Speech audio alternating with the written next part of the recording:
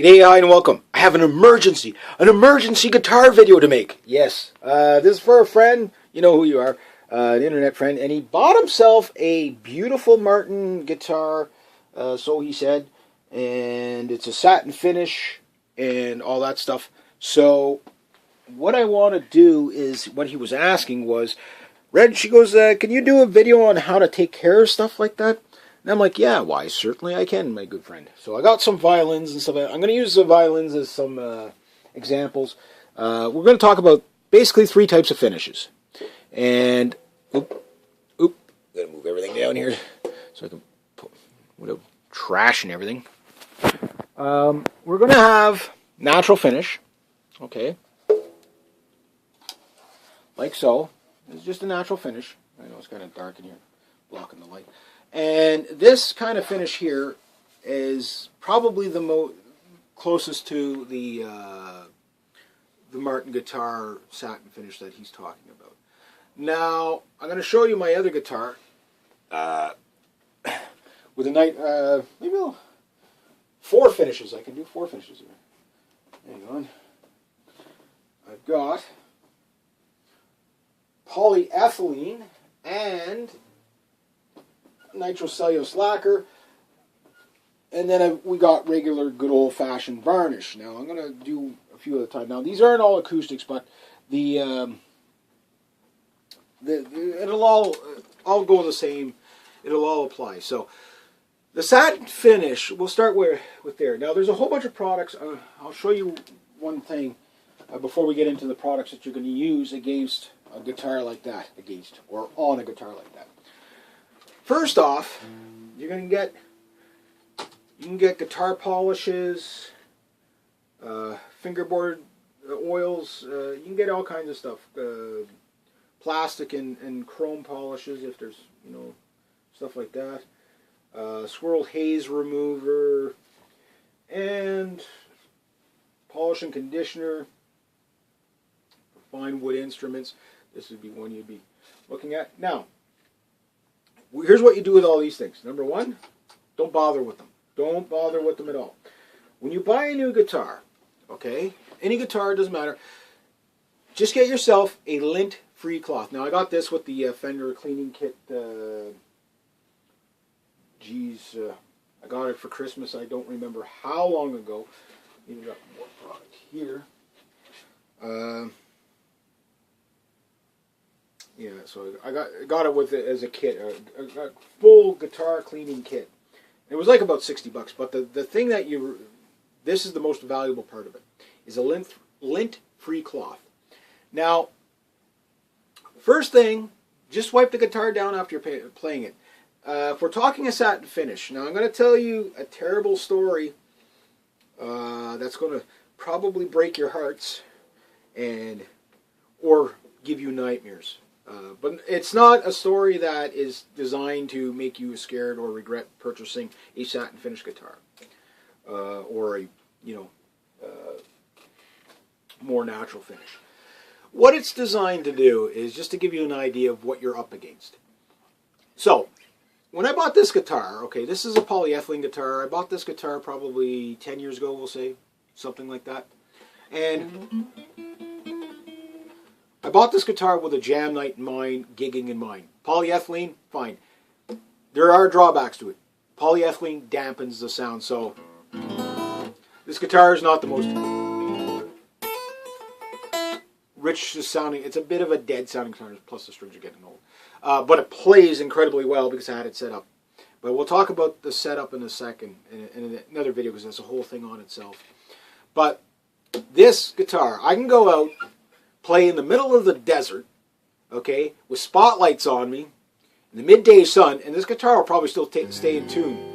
It's just, it doesn't respond to the climate hardly at all. Basically, what is polyethylene? It's plastic, right? It's like a plastic.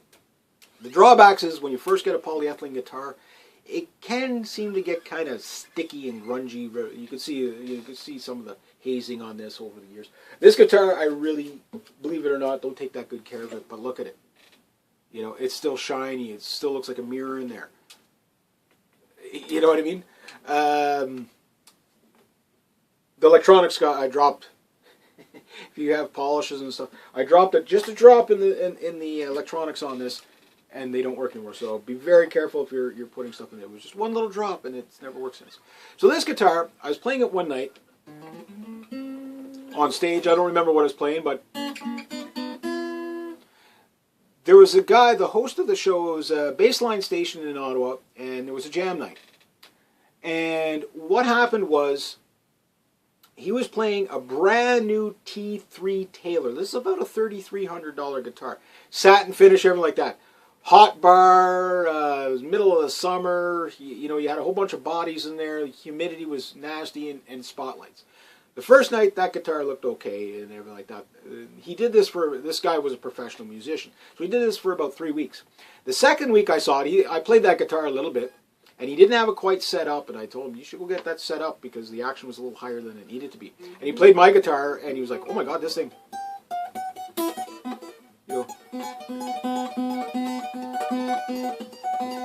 I could play it all the way up there. You know what I mean?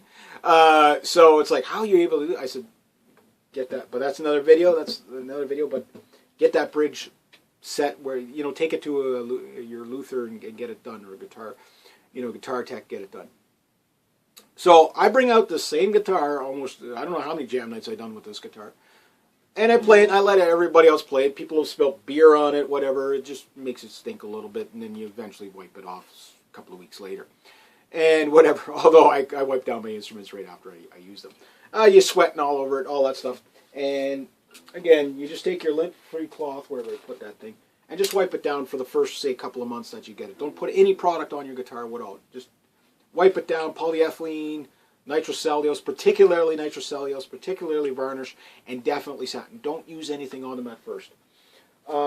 It takes a while for the wood pores to fill up. Now, his guitar on the second week, I started noticing a bit of stains on it. Somebody had dumped beer on it, and I'll tell you this about a satin guitar. Somebody's going to dump beer on your satin guitar, which will have a finish very like this, where it's not very well protected, right? You'll wipe it off, it'll be fine. And then someday you're going to pick it up and you're going to see it in the light, and you're going to see a stain on there. And it's never, ever, ever going to go away. Never. No matter what you do, it's just never going to go away. It stained the wood.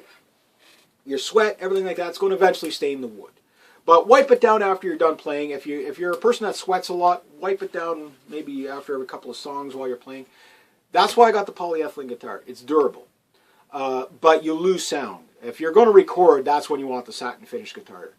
That's because it allows the wood to breathe. It allows it to really, really, really release the sound. This same guitar, if I were to strip all the polyethylene on it down to the bare wood, would sound probably 10 times better.